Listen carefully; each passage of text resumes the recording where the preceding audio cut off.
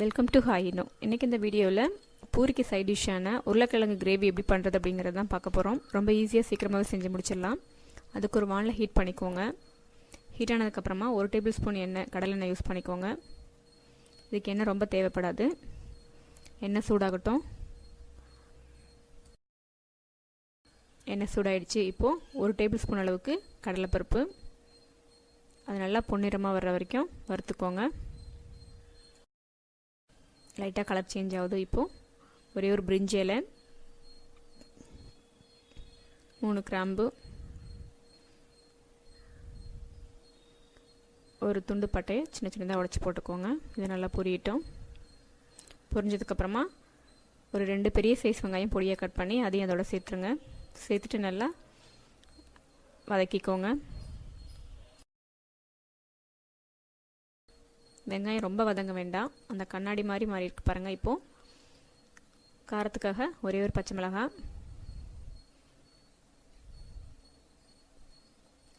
1 teaspoon அளவுக்கு இஞ்சி பூண்டு நசுக்கி போட்டு வச்சுருக்கேன். எல்லாத்தையும் சேர்த்து நல்லா வதக்கிக்கோங்க. இஞ்சி பூண்டு நல்லா பச்சை வாசனை போகட்டும். இப்போது 2 தக்காளி பொடியாக கட் பண்ணி அதையும் அதோட சேர்த்து நல்லா வதக்கிக்கோங்க.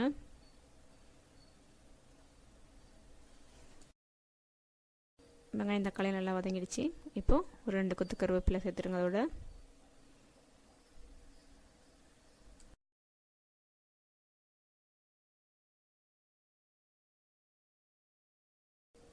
இப்போ பார்த்தீங்கன்னா 200 கிராம் உருளைக்கிழங்க நான் வேக வச்சுருக்கேன். இந்த மாதிரி கரண்டியால் மசிச்சு விட்டுக்கோங்க. தோல் எடுக்கணும்னு அவசியம் இல்லை. உங்களுக்கு தோல் தேவையில்லை அப்படின்னு நினச்சிங்கன்னா அதை ரிமூவ் பண்ணிவிடுங்க. நான் தோலோடு தான் சேர்க்க போகிறேன். இந்த மாதிரி கரண்டியால் மசிச்சு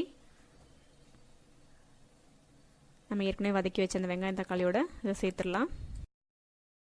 வெங்காயம் தக்காளி நல்லா வதங்கிடுச்சு. இப்போது நம்ம மசிச்சு வச்ச அந்த உருளைக்கிழங்க இந்த தண்ணியோடையே சேர்த்துருங்க.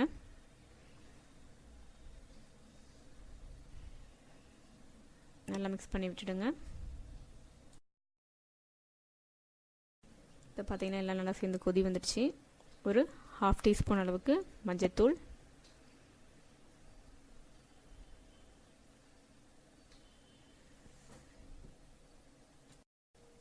தேவையான அளவு உப்பு சேர்த்து நல்லா மிக்ஸ் பண்ணிவிடுங்க. இந்த மஞ்சள்தூள் வாசனை போகிற வரைக்கும் ஒரு 2 நிமிஷம் நல்லா கொதிக்கிட்டோம்.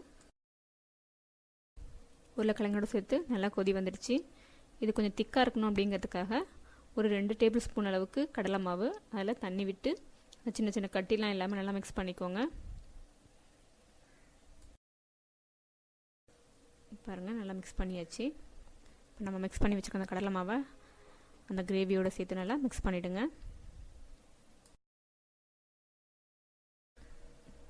பாருங்கள், கடலை மாவு சேர்த்ததுக்கப்புறமா நம்மளோட அந்த பூரி மசாலா கிரேவி வந்து நல்லா திக்காயிடுச்சு.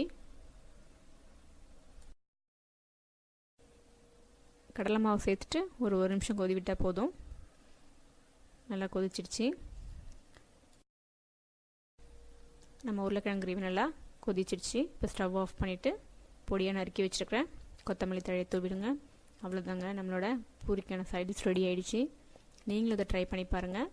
எப்படி இருந்துன்னு உங்களோட கமெண்ட்ஸை சொல்லுங்கள். இந்த வீடியோ பிடிச்சிருந்தனா லைக் பண்ணுங்கள், ஷேர் பண்ணுங்கள். இது வரைக்கும் சேனலை சப்ஸ்கிரைப் பண்ணாதவங்க மறக்காமல் சப்ஸ்கிரைப் பண்ணிவிடுங்க. பக்கத்தில் இருக்க பெல் பட்டனையும் ப்ரெஸ் பண்ணிவிடுங்க. தேங்க்யூ.